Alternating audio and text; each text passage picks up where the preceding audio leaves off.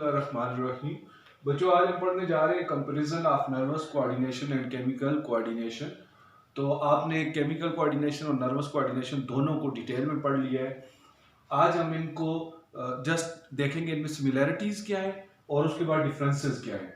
अच्छा, सबसे पहली चीज अगर हम देखें, सिमिलैरिटीज की बात करते हैं, तो दोनों नर्वस कोऑर्डिनेशन और केमिकल कोऑर्डिनेशन दोनों में केमिकल मैसेंजर सिंथेसाइज होते हैं।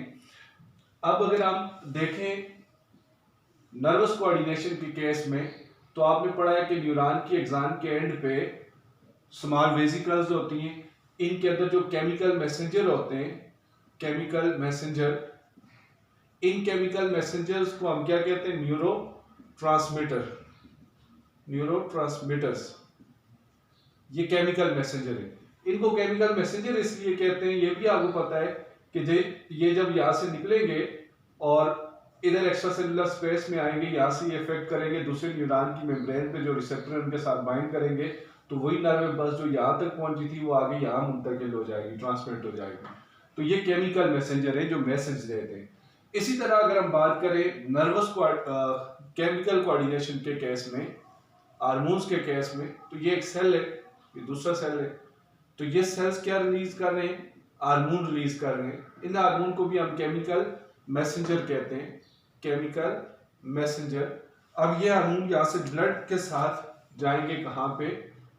पूरी बॉडी के सेल्स के पास, और बॉडी के बाकी सेल्स के ऊपर जाके ये इफेक्ट करेंगे और सेल से रिस्पांस कराएंगे, उनको मैसेज देंगे और वहां से रिस्पांस कराएंगे।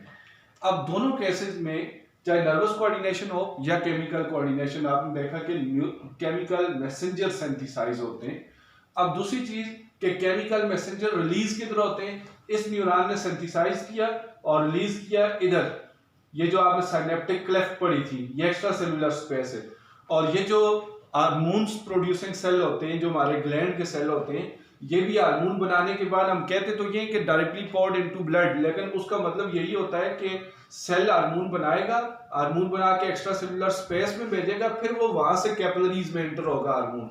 तो दोनों क्या करते हैं? एक्स्ट्रा सेलुलर स्पेस में रिलीज करते हैं अपने केमिकल मैसेंजर्स को।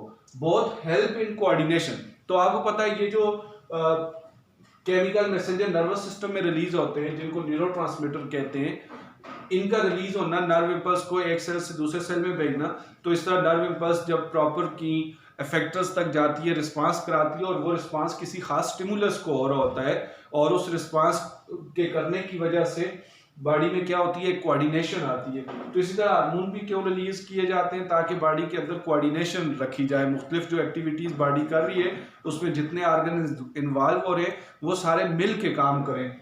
इसके अलावा दोनों, चाहे नर्वस सिस्टम हो या एंडोक्राइन सिस्टम, दोनों में ये जो केमिकल मैसेंजर रिलीज होते हैं, इनके रिलीज होने के लिए कुछ स्टिमुलस रिक्वायर्ड होता है। तो इसके बाद दोनों का फंक्शन, नर्वस सिस्टम का भी और केमिकल कोऑर्डिनेशन, इन दोनों का, दोनों जो हमारे सिस्टम है, इनका क्या, किस लिए बॉडी में काम करते हैं? होमियोस्टेसिस के लिए।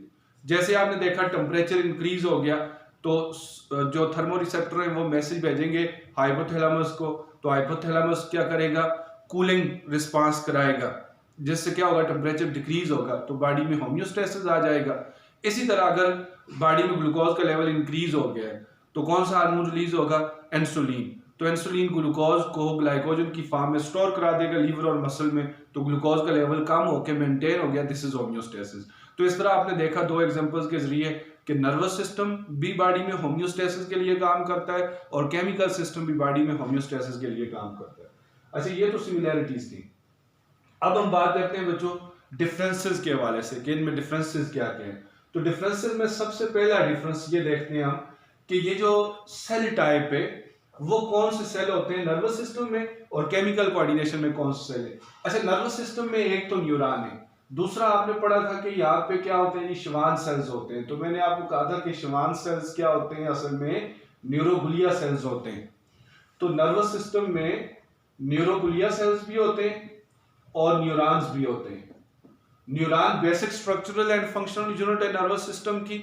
मतलब नर्वस सिस्टम जो उसका मेन स्ट्रक्चर है और जो वो फंक्शन करता है वो न्यूरॉन की वजह से करता है। और न्यूरोग्लिया सेल्स साथ सपोर्टिंग सेल्स के तौर पे काम करते हैं, न्यूरॉन की प्रोटेक्शन हो गया, इनको इनकी नरिशमेंट के लिए काम करते हैं। अब हम बात करते हैं कि एंडोक्राइन सिस्टम। अच्छा बच्चे, एंडोक्राइन सिस्टम में एक तो ये नॉर्मल एंडोक्राइन सेल्स हैं जो ग्लैंडुलर सेल्स हैं जो हार्मोन बनाते हैं। इसके अलावा एंडोक्राइन सिस्टम में कुछ न्यूरॉन भी इन्वॉल्व हैं, जैसे हाइपोथैलेमस, ये ब्रेन का पार्ट भी है, एज वेल एज ये एंडोक्राइन सिस्टम का पार्ट भी है, ये ग्लैंड भी है। तो हाइपोथैलेमस के जो सेल्स है वो तो न्यूरॉन है ना, तो लिहाजा न्यूरॉन भी हार्मोन रिलीज करते हैं जिनको हम न्यूरो हार्मोन्स कह सकते हैं या सिंपल हार्मोन कह सकते हैं। और कुछ बॉडी में हार्मोन प्रोड्यूसिंग सेल्स हैं, ठीक है, जिस तरह पिट्यूटरी के सेल्स हैं, एड्रीनल ग्लैंड के सेल्स हैं, तो ये नॉर्मल सेल्स हैं, ग्लैंडुलर सेल्स। और ये हाइपोथैलेमस के जो सेल्स हैं वो न्यूरॉन है। तो जो केमिकल कोऑर्डिनेशन है उसमें न्यूरोसेक्रेटरी सेल्स भी हैं और ग्लैंडुलर सेल्स भी हैं, दोनों तरह के सेल्स हैं। फिर हम बात करते हैं एक्शन ऑफ द केमिकल्स, कि ये केमिकल्स एक्शन कहाँ पे करते हैं। जो अच्छा, नर्वस सिस्टम में अगर आप देखें तो ये जो न्यूरोट्रांसमीटर रिलीज होते हैं, इस न्यूरॉन ने रिलीज किया तो न्यूरल जो साइनेप्टिक क्लेफ्ट थी वहां पे ये रिलीज हो गया न्यूरोट्रांसमीटर। सपोज ये एसिटाइल कोलिन है, एसिटाइल कोलिन इधर रिलीज हुआ, रिलीज होते ही आगे दूसरे न्यूरॉन की पोस्ट साइनेप्टिक मेम्ब्रेन है, उधर रिसेप्टर है, उसके साथ ये अटैच होगा और इधर क्या होगा, नर्व इम्पल्स स्टार्ट हो जाएगा। अब इधर से ये रिलीज हुआ, फौरन दूसरे न्यूरॉन की मेम्ब्रेन पे उसने इफेक्ट कर दिया, 1 मिलीमीटर का ज्यादा से ज्यादा इसने डिस्टेंस तय किया। जबकि हार्मोन के केस में अगर आप देखें तो ये हार्मोन कहां से रिलीज होते हैं और कहां पे फंक्शन करते हैं।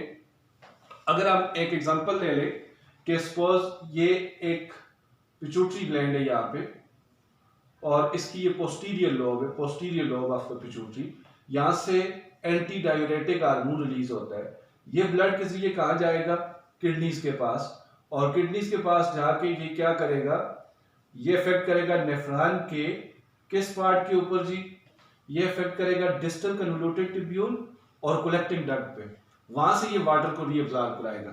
अब आप देखें हेड से एक हार्मोन जा रहा है पोस्टीरियर लोब ऑफ पिट्यूटरी से और कहां पे जा रहा है, किडनी के ऊपर जा रहा है और किडनी के अंदर जाके नेफ्रॉन के एक पार्ट पे इफेक्ट कर रहा है। कितना ज्यादा डिस्टेंस उसने तय किया, एक तरफ इतना ज्यादा डिस्टेंस तय करके हार्मोन जाके उनके अपने टारगेट से काम कराते हैं और दूसरी तरफ न्यूरोट्रांसमीटर हैं जो एक न्यूरॉन की एग्जान से रिलीज हुए दूसरे की मेम्ब्रेन पे इफेक्ट कर दिया, जस्ट 1 मिलीमीटर डिस्टेंस भी तय नहीं करना पड़ता।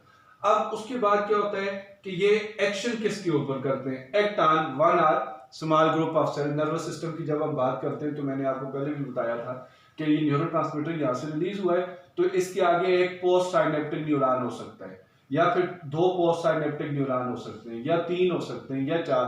तो हम ये कहते हैं कि न्यूरोट्रांसमीटर जब रिलीज होता है तो वो किसी एक ही न्यूरॉन पे इफेक्ट करता है। अगर उसकी उस साइनेप्स पे एक ही पोस्ट साइनेप्टिक न्यूरॉन हो तो एक भी इफेक्ट करेगा, अगर ज्यादा है तो ज्यादा पे इफेक्ट करेगा।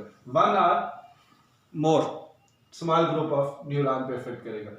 अब यहां से अगर आप देखें ये जो हार्मोन रिलीज होता है बच्चों, हार्मोन हमारी बॉडी के किसी भी ग्लैंड से रिलीज होगा, वो ब्लड में जाएगा, ब्लड के जरिए पूरी बॉडी के सेल्स के पास जाएगा, पूरी बॉडी के सेल्स के पास, हर सेल के पास हार्मोन जाएगा। अब हर सेल पे वो इफेक्ट करेगा, लेकिन कौन सा सेल उसको रिस्पांस करेगा, जिस सेल के ऊपर उस हार्मोन के लिए रिसेप्टर होंगे। जैसे एंटी डायरेटिक हार्मोन कहां से रिलीज हुआ, पोस्टीरियर लोब ऑफ पिट्यूटरी से, ये ब्लड के जरिए हमारे पूरी बॉडी के मसल सेल के पास गया, एपिथेलियल सेल के पास गया, पूरी बॉडी के सेल के पास गया। उसको रिस्पांस किसने किया, नेफ्रॉन के डिस्टल कन्वोल्यूटेड ट्यूब्यूल और जो कलेक्टिंग डक्ट है उसके सेल ने सिर्फ रिस्पांस किया, बाकी ने रिस्पांस नहीं किया। तो जबकि इस केस में अगर आप देखते तो न्यूरोट्रांसमीटर सिर्फ एक न्यूरॉन से रिलीज होकर दूसरे न्यूरॉन पे इफेक्ट करेगा, या group of small group of neuron उन पे इफेक्ट करेगा। अब एक और अहम चीज है कि इमीडिएट इफेक्ट, जो ही यहां से न्यूरोट्रांसमीटर रिलीज होता है ना तो ये फौरन यहां पे इफेक्ट करता है, इमीडिएट इफेक्ट हो गया तो नर्व इम्पल्स दूसरे न्यूरॉन में चली जाती है। या फिर न्यूरोट्रांसमीटर यहां से रिलीज हुआ, आगे मसल सेल है तो फौरन मसल सेल क्या होना शुरू हो जाएगा, कंट्रैक्ट होना शुरू हो जाएगा। लेकिन अगर यहां पे देखें केमिकल कोऑर्डिनेशन के केस में, केमिकल कोऑर्डिनेशन के केस में सपोज ग्लूकोज लेवल इंक्रीज हुआ, इंसुलिन रिलीज हुई, फौरन ग्लूकोज डिक्रीज हो जाएगा। ये इमीडिएट इफेक्ट है। लेकिन अगर आप ग्रोथ हार्मोन को देखें, सोमैटोट्रॉफिक हार्मोन जो है ये रिलीज होता रहता है तकरीबन 18 ईयर्स तक।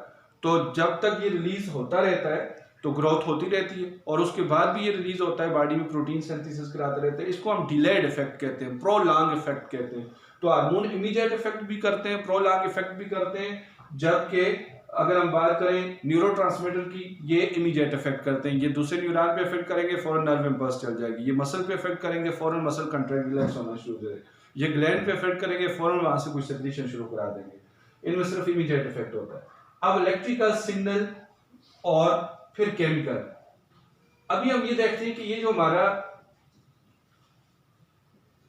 नर्वस कोऑर्डिनेशन है, इसमें यहां से इलेक्ट्रिकल सिग्नल जा रहा है, ऐसे यहां से क्या है न्यूरोट्रांसमीटर रिलीज होगा, ये केमिकल सिग्नल दूसरे न्यूरॉन पे इफेक्ट किया, फिर इलेक्ट्रिकल सिग्नल गया, फिर आगे केमिकल रिलीज हुए, आगे कोई मसल है तो वो कंट्रैक्ट होना शुरू हो जाएगा। यहाँ पे electrical signal mean nerve impulse और केमिकल सिग्नल मीन न्यूरोट्रांसमीटर दोनों इन्वॉल्व हैं। लेकिन अगर आप केमिकल कोऑर्डिनेशन में देखेंगे हार्मोन के केस में, यहाँ पे सिर्फ केमिकल कोऑर्डिनेशन होती है। ग्लैंड्स अपने हार्मोन रिलीज करते हैं, वो ब्लड के जरिए पूरी बॉडी के सेल्स के पास जाते हैं, जिन सेल्स के पास उनके रिसेप्टर होते हैं उनके साथ वो बाइंड करते हैं और उन सेल्स में वो रिस्पांस करा देते हैं। सिर्फ केमिकल यहाँ पे इफेक्ट होता है। अच्छा जी, उसके बाद फास्टर और रैपिड इफेक्ट। फास्टर और रैपिड इफेक्ट के नर्वस कोऑर्डिनेशन में ये क्या चीज है? आपको पता है कि ये जो नर्व इंपल्स है, जो स्टिमुलस मिलता है तो नर्व इंपल्स स्टार्ट होती है, तो नर्व इंपल्स की स्पीड 100 से 120 मीटर पर सेकंड होती है। बहुत ही फास्ट इफेक्ट होता है। फौरन मसल आ गए तो वो कंट्रैक्ट होना शुरू हो जाएगा, जब ग्लैंड है तो वो सेक्रीशन स्टार्ट कर देगी।